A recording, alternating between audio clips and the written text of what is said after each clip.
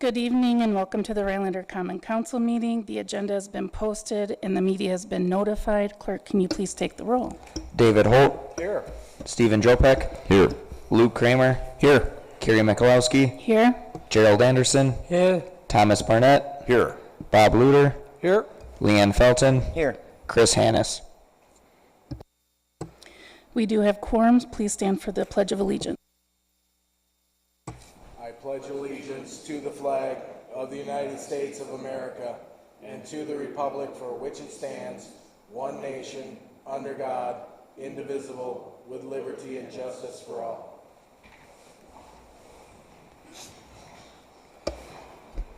Next, we have public comment. I have Brian Bennett. Evening, guys. Brian Bennett, 826 South Keenan. I've come before you on a couple of occasions now to advocate for renaming Eisenhower Parkway to Roman Drive. I've given you any number of reasons, and I withdraw all of them now. After speaking with other members of the community, go name the unnamed park Roman Park, Roman Family Park, something. Don't jump through the hoops of passing a new ordinance on street naming, which we don't need another ordinance, honestly. Name the unnamed park across the street from the theater. It's the most logical thing. I've talked to some folks who have some very exciting ideas about what to do with that end of Brown Street, and I think, frankly, it's a better idea and would be a longer lasting tribute to the Roman family for everything they've done for our community. That's it. Have a good night. And Matt Campbell.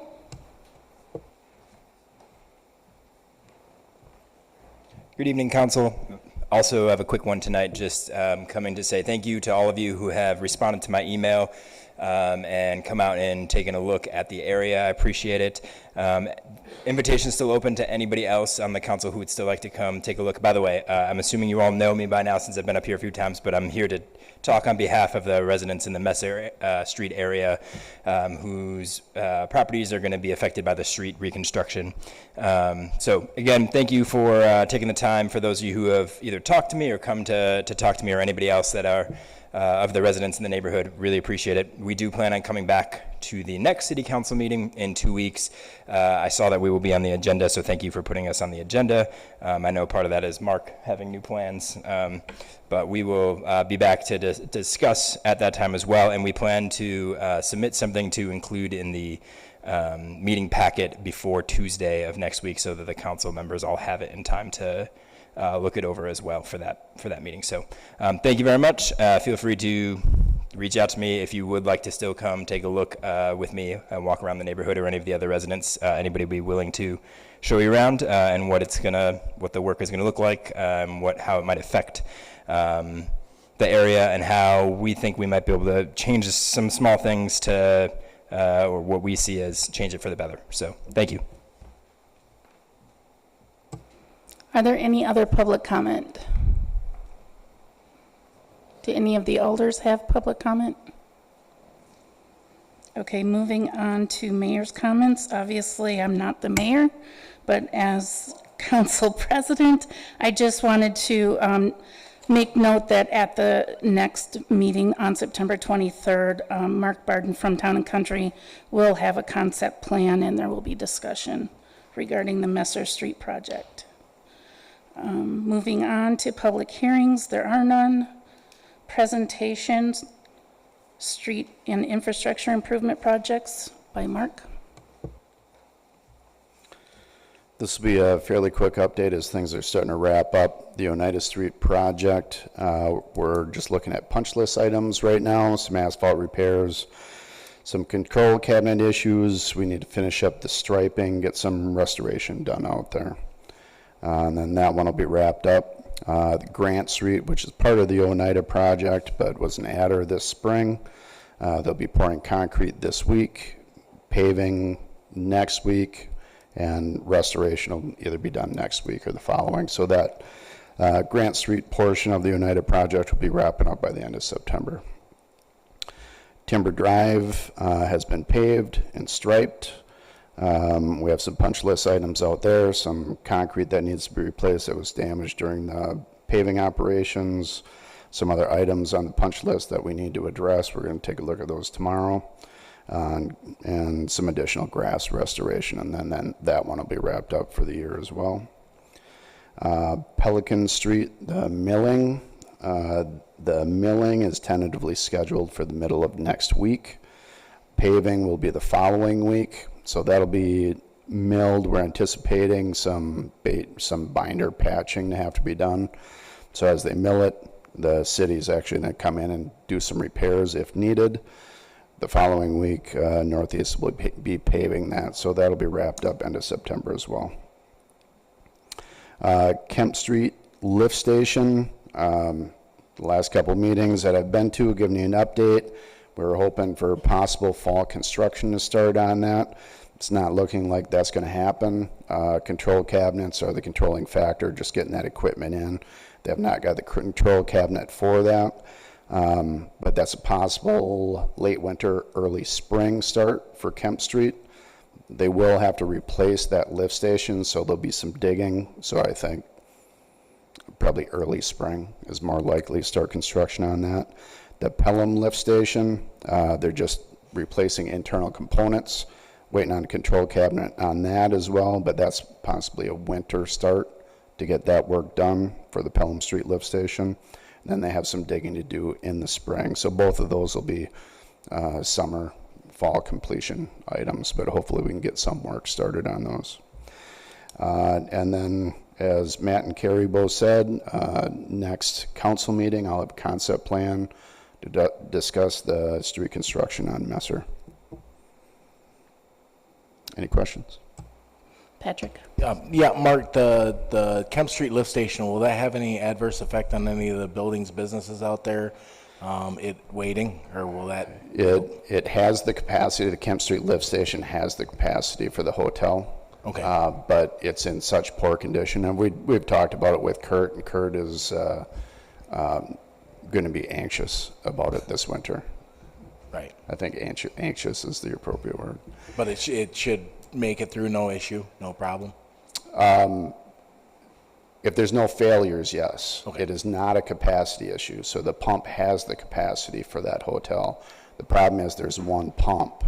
There's no redundancy out there, so if we have an issue with that pump, that's where Kurt is a bit anxious. They're going to have to be out there. We'll have to get a pump truck out there while they're making repairs on that pump. Thank you. So a bit of a fragile situation over the winter. Any other questions for Mark? Tom? Is there anything preventative they can do to protect that over the winter to maybe help prevent anything from going down? Not really. All we have to do is be vigilant about it, which Kurt is, and they can monitor that from the plant if anything goes wrong at that lift station. But Kurt is going to be prepared for it. Okay. So we know it could be an issue if a pump goes down. Kurt is very aware of it, and we'll just have to keep an eye on it. Any other questions? Thank you, Mark. Thank you. Moving on to proclamations, there aren't any. The consent agenda.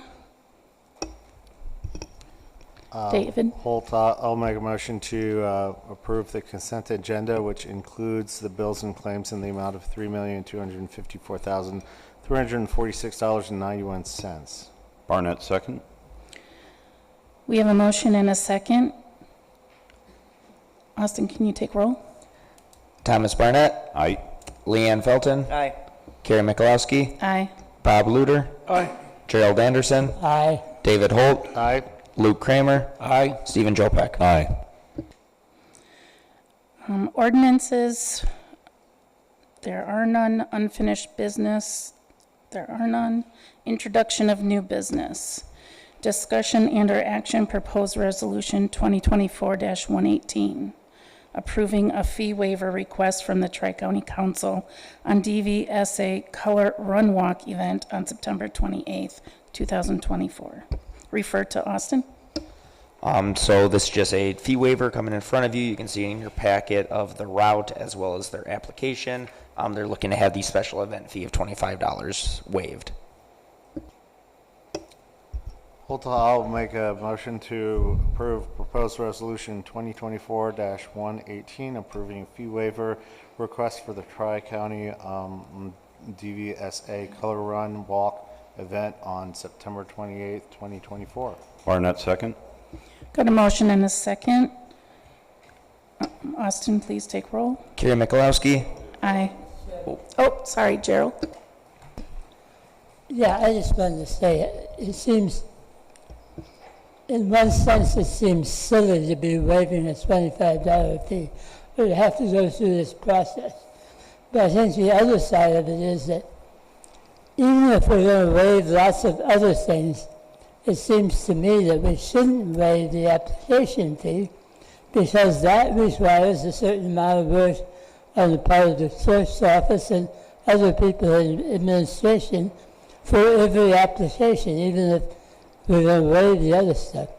So I'm going to vote in favor of this since we've been doing so many, but I think we need to rethink that part of it at least, that the application fee should be required for everybody. Luke? I agree with Gerald on this. The application fee should not be waived. I am seeing that we're waiving a lot of these, and it has been brought before the council on how much we are waiving. And most of it, I believe, is because it's what we've done in the past. But because this is a new council, every year or every 2 years, it's a new council, I think we should maybe take a look at this and start saying, we're not going to be waiving every one that comes before us. And because a lot of them are 501(c)(3)s, we're like, yes, we want to do this because it's, but if every one of them comes before us as a 501(c)(3), why even have it for anyone? Stephen? I guess I was just going to clarify, how many times have we waived just this clerical fee? Because I know sometimes we waive like other fees involving, buildings and stuff. Have we regularly waived this fee along with all the other stuff? I assume so, but I'm just confirming. We have it on page 54 of the packet. We've started including a tracker that we have of all the fees that are being waived, and if you give me 20 seconds, I can try and count how many here, but you can see all the fees that the council has waived this calendar year.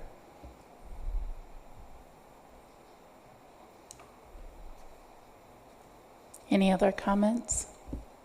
David? Yeah, I believe it was the summer of 2023, if memory serves. We did have a policy proposal in front of the council that included language that sort of flushed out a more precise distinction of what types of organizations. That was a 7-to-1 decision, and that was the mayor's first veto. So I wanted to point out that was discussed. It could be brought back and discussed again if we wanted to clarify a process for what types we would waive and what types we wouldn't.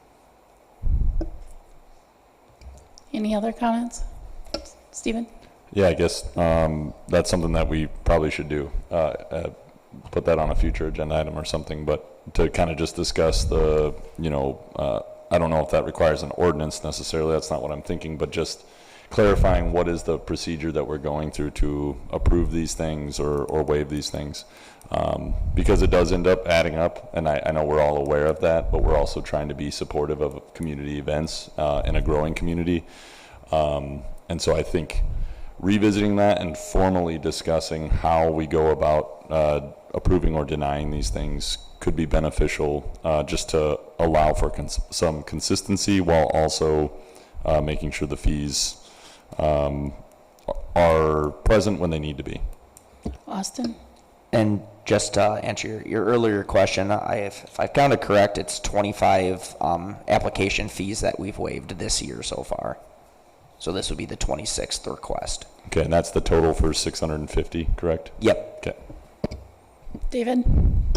Yeah, one more comment on this, just to add. I'm perfectly happy to have a fuller discussion. I think in this particular case, this is probably not the best one to change our convention on, this particular vote. So I'm voting yes.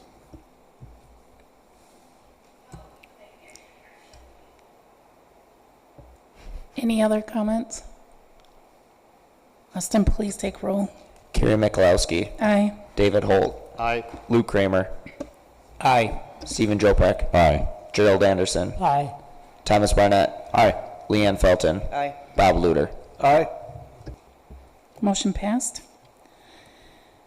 Discussion and/or action on proposed resolution 2024-119 approving an arrangement with Downtown Rhinelander Incorporated for maintenance of the plaza area at Rives and Brown Street. I'm going to refer to Patrick on this. Thank you. So, down at the plaza, which I know not to call it the old plaza anymore, so down at the plaza, DRI it plants a large flower bed. They have a watering system that sprinkles into the flower beds. They also plant all the flowers downtown. They got a water bill here, and it seems as though the city has been paying it, and suddenly they got a water bill. So what this is I've spoke with a representative from DRI, and basically the idea is this, that we pay for the water, they keep the they plant the flowers, they keep the flower beds up, they keep the system running. I've told them that if the system breaks down or if it has a leak, we will shut it off. But this seems like a public partnership here that just makes too much sense to help keep the downtown looking nice. So that's the spirit behind that. Jopek move to approve resolution number 2024-119, approving an arrangement with Downtown Rhinelander Incorporated for maintenance of the plaza area at Rives, and Brown Street. Kramer second. We got a motion and a second. Do we need a roll call on this? Any discussion? Who seconded? Any discussion? Felton. Yeah. I think she beat him by a half a second. Yeah, you want to roll call on all resolutions. Oh, all of them? Okay. All resolutions. Stephen? So clarifying again, we've paid for this over time, like the city's paid for it. DRI provides the flowers. This is mostly just like a formal, Yep. solving that bill and then just establishing this formal arrangement. Okay. Absolutely. Perfect. Absolutely. Any other comments? Austin, please take roll. Gerald Anderson. Aye. Stephen Jopek. Aye. Luke Kramer. Aye. Carrie Mikulowski. Aye. Bob Luder. Aye. Thomas Barnett. Aye. David Holt. Aye. Leanne Felton. Aye. Motion passes. Moving on. Discussion and/or action for proposed resolution 2024-120, approving, authorizing, and directing the mayor to sign a developer's agreement with T&H Holdings LLC for Phase 2 of their development on Navajo Street. I will refer to Patrick on this. So this is phase 2. This is the Hodag Hospitality, Tim Thorson. This is phase 2 of their development. Obviously, phase 1 was the hotel. Phase 2 is extending Navajo Street out. This is going to be a TID, a pay-go. So when the taxes are collected from that area, from just that area, not everywhere, just that area, they go back into helping to pay off that road to the developer. Very, very common. Looking at a 75-25 split for those taxes. 75% goes to the developer to help him pay that off. 25 goes to the city out of those taxes. But as soon as it starts generating, Steve, I don't know if you have anything you want to add to this. Well, it pays for more than the road. It pays Yeah. for the sewer and the water installation. It pays for all the public infrastructure that goes in to support this project. The second thing I'd point out is it's a new developer. One development company built the hotel, that was the hospitality. This is T&H. It's basically the same people, but it is a different developer.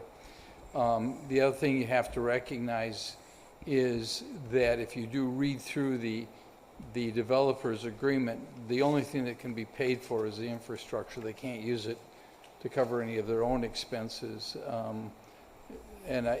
Earlier today, Gerald raised some questions that I addressed with him. One was to correct the language where I just wrote time is of, and I forgot to put of the essence. So I've clarified that time is of the essence as to their payments and their obligations. Just so you know that that change was made in there, and all that is cleaning up the English language that should have been there.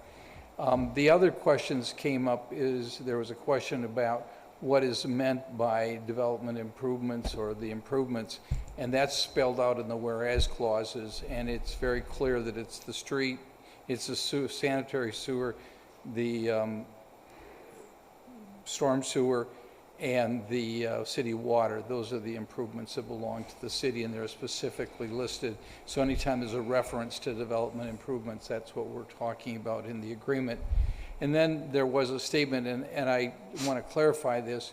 You'll see at in one point in the agreement where it lists the things that the money cannot be used for. And one of them says for small or single-family residences, and that's specifically in the TIF law. You cannot take TIF funds on a commercial project and use them. And for example, they couldn't build a residence on this property. That would be a violation. It has to be a commercial building. And what has been proposed and what we've seen and what's part of the plan is presumed to be a medical office buildings, and that's what we've seen so far, or very similar to medical office buildings. Some people have questions about what the word medical means, but that's the intent. It's an office building. And one of the things that I would add too is if you look at page 59 of your packet, Ellers, our public finance advisors, whenever we work with TID, TIF, any of that, we have Ellers take a look at it, crunch the numbers. The pay goes exactly what they're recommending. So you will see that we did our due diligence on this and went through with Ellers. So and the agreement, the developers agreement, we went through Wendy, myself, Steve Sorensen. We went through all of this to make sure it was good. A couple of things were missed, but it's a huge thing. I don't see anything else of substance missed. Just my lack of knowing the English language seems to be rubbing off on Steve. So I'm not taking credit for that. Any other questions for me? Stephen? I don't know if this is out of place. Wendy, is there anything that you want to add, or is it all okay? So that's mostly just, I know she's been in on the conversation, just keeping her in on it.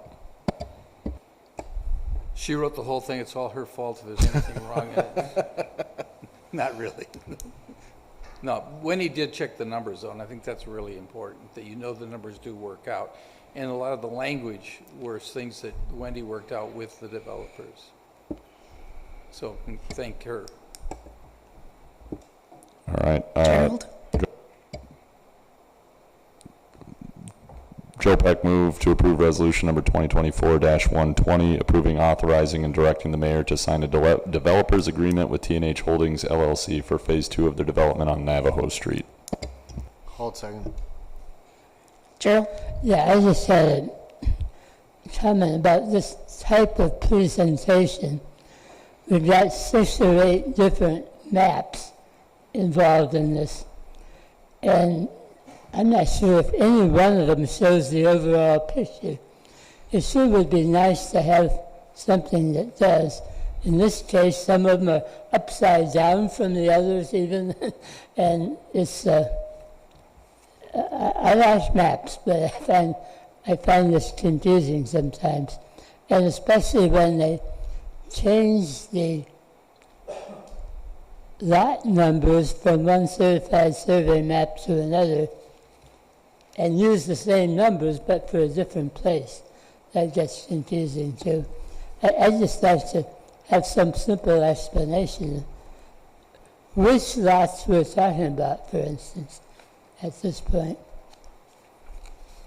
I'm looking at page 82 in our packet. Yeah, what you have to understand is that the lot numbers that they're using keep changing because the plans keep changing, but the survey is the survey. I mean, that hasn't changed at all. The boundaries of the property haven't changed at all that they own, but the areas that go into the individual projects, this parcel project is only covering what would be 3 and 4 on the map. Oh, excuse me, 1 and 2, I'm sorry. Yeah, because we were confused at one time too. And then there was one time talk about it being 1, 2, 3, and 4 were going to be part of it. And when we talked to the developer, it was only 1 and 2. What they're looking to develop right now, Gerald, is 1 and 2. Those are lots that they're looking, but those lots will probably end up changing. It's not going to take away from the valuation because 3 and 4 are also in with that valuation. But right now, the ones that they're looking to develop at this moment are ostensibly 1 and 2. It's tough to get the maps in there because you got to get this ahead, and this will be a little bit fluid with what they're doing, but it won't change the dynamics of the TIF. And lot 5 will be... Lot 5 is where the hotel's at. Thank you.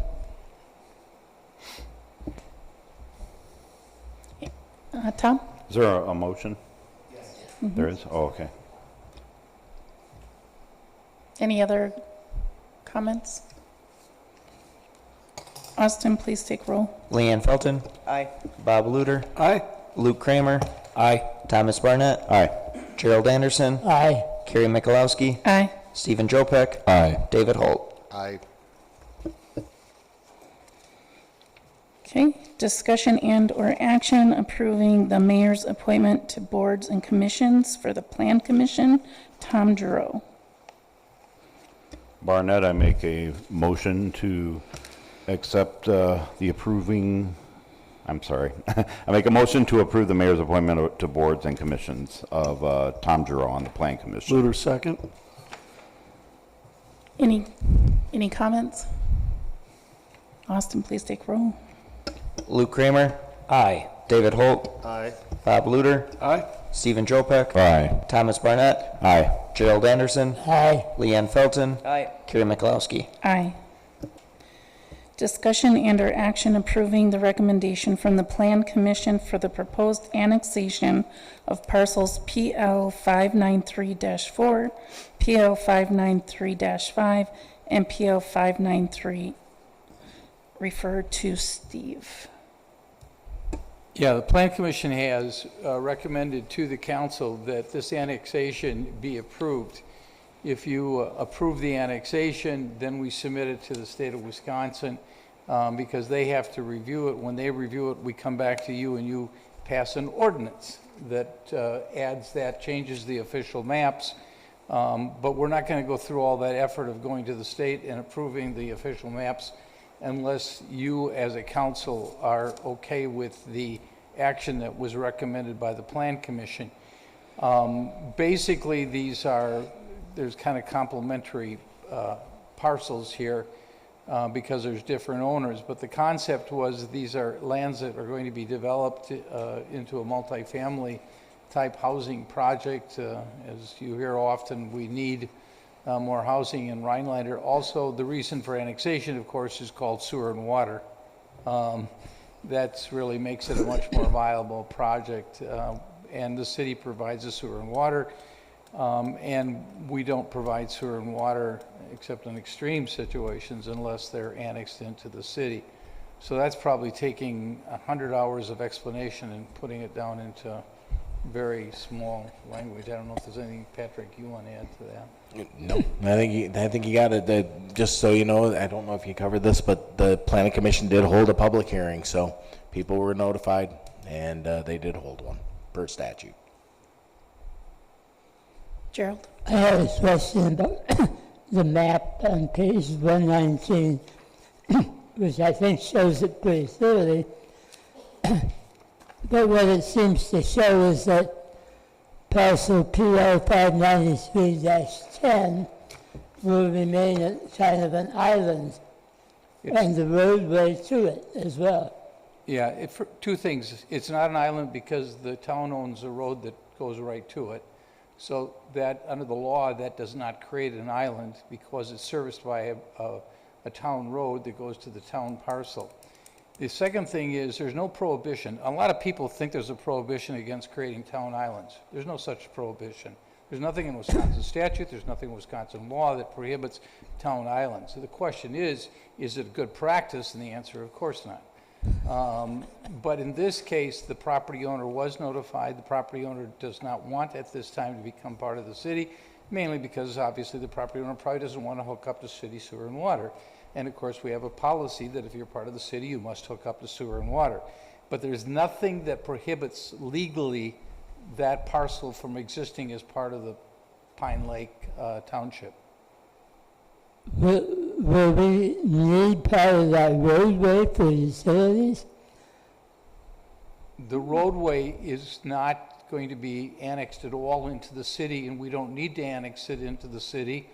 We may have to enter into some kind of an agreement as to who's going to plow it and who's going to maintain it, but we do that on other town roads within the city. That's not unusual, but just as with any highway, city road, whatever, if you as a town would border on a city street, the city has to let you use that street. Vice versa, if the town has a road that borders on the city, they have to let us use it. So, I mean, they have to let the public use it. So there's no problem with that. I mean, the town may come to us and say, we'd like to dedicate the road, or we'd like to transfer the road, and then you'd have to consider that, but that's not on the table tonight. It looks like that parcel 593 with no suffix is dependent on that street for access. Yeah, but when the development is done, it probably won't have any of it depending on that street because of the nature of the development. It may have a driveway coming off that street, but the major is going to be on the major highway, or the major road that, what's it called? Stevens Street, huh? Yeah. You know, the concept is that's why you've got two parcels that are going to come off. You're going to serve, most of the service will come off of Stevens Street. Thank you. This question about the island, I wasn't implying it was illegal, but let's just say not necessarily advisable. Yeah, but that would mean that we as a city would have to go in and Yeah. basically start an annexation petition, and that means we can go to court with referendum and all that. I don't see nobody's suggested to me that they'd like to do that. But the people that own the property that like to develop the property do want to come in the city, and they can do it. They have access to it. It borders the city. There's no violations at all. Stephen? So just clarifying on that, that 593-10, that's the only lot that is kind of influenced by this annexation that stays in Pine Lake. I think a conversation that kind of came up was avoiding any potential like special assessment situation like we had on Olson, where there was, one person wanted and so just making sure that that's it, and that's got that road, and there won't be any other. Yeah, I understand what you're saying. The utilities are not going to come in that way. So you won't be pushing utilities past that property. The utilities most likely will come in off of where they are right now, which is out in, keep forgetting, Stevens. Stevens.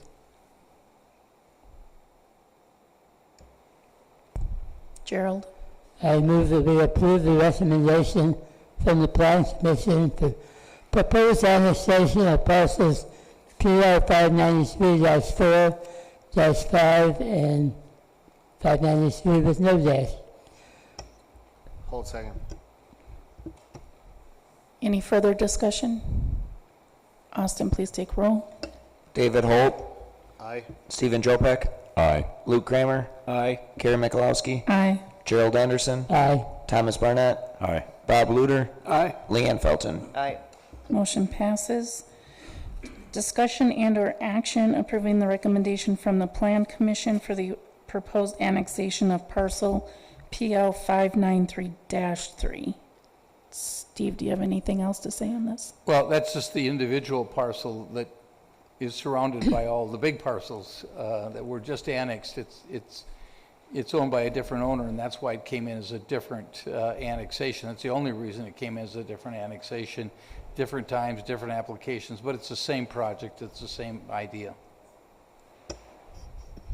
Holt, I'll move to approve a recommendation of the Planning Commission for the proposed annexation of parcel PL-593-3. Anderson, second. Any discussion? Austin, please take roll. Thomas Barnett. Aye. Leanne Felton. Aye. Gary Mikulowski. Aye. Bob Luder. Aye. Gerald Anderson. Aye. David Holt. Aye. Luke Kramer. Aye. Stephen Jopek. Aye. Motion passes. Discussion and/or action of public spaces renaming policy examples. I'll refer to Patrick. Thank you. So, Tom Giroux, I thought Tom Giroux was out there. Oh, he left? Okay. So after, after the last meeting, after the last meeting, Tom sent an email, I believe it's to Alderperson Luder, that said that was never named Deal Plaza. It was just known as the Plaza. Colloquially speaking, it's always in the office been known as Deal Plaza. Looked, I couldn't find anything as far as naming rights, as far as anything like that, any covenants, nothing like that. So that email is in your packet. What I did was, based on your direction, I got 7 or 8 different policies for you all to look at and discuss if you'd like. Staff would be happy to take a look at that and find the commonalities and get it all together if that's what you direct us to do. Tom? Yeah, I read through a lot of them, and a lot of it was kind of redundant and stuff, but it's also, there's a couple of them I saw there was like almost too much going on, and some of them where it was pretty much just don't even have an ordinance. But I think somewhere in the middle is a great place to be. Keep it simple. I respectfully disagree with the comment made earlier that we don't need another ordinance. I think ordinances take the guesswork out of things.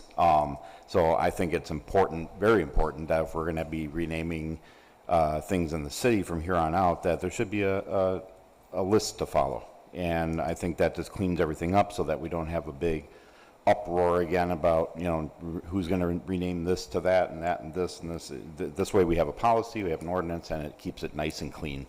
So I, for one, would be in favor of having our administration write up a version that would fit our city using the guidance of keeping it simple, so that, because the last thing we want to do is make it so big that no one can rename anything because it's impossible to fill all the boxes.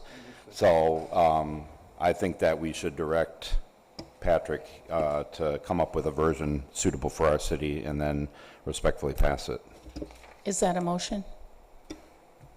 Yeah, what the heck.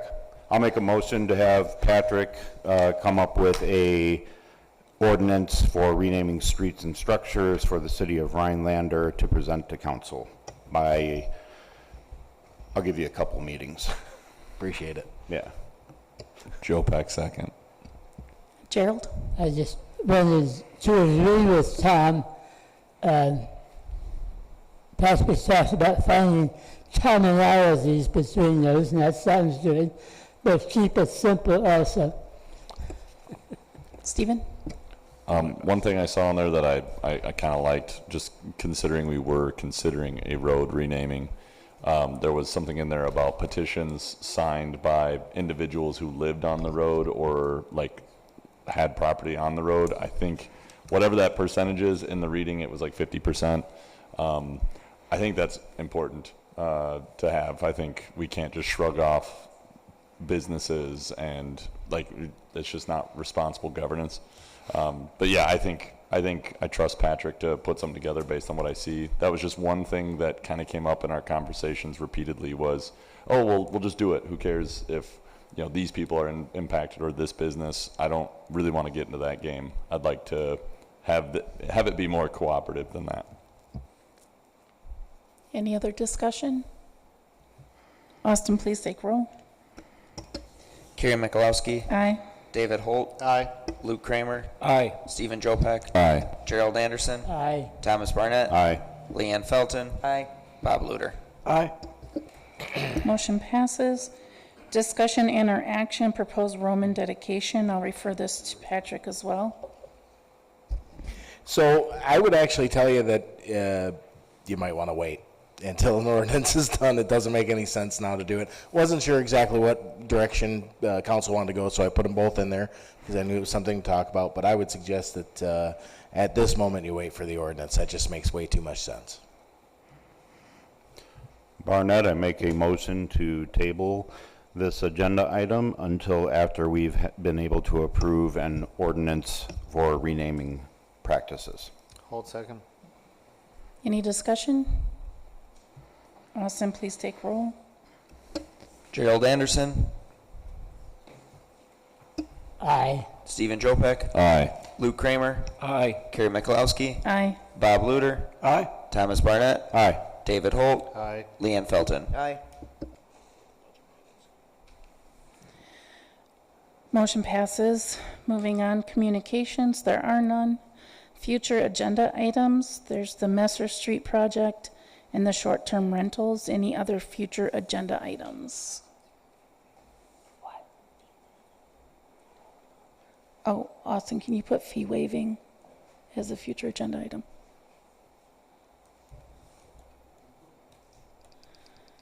And then we will have budget meetings on September 18th at 5 o'clock, September 25th at 5, October 2nd at 5, October 9th at 5, October 16th at 5, all in this room. The next regular meeting will be held on Monday, September 23rd at 6 o'clock, and we are adjourned.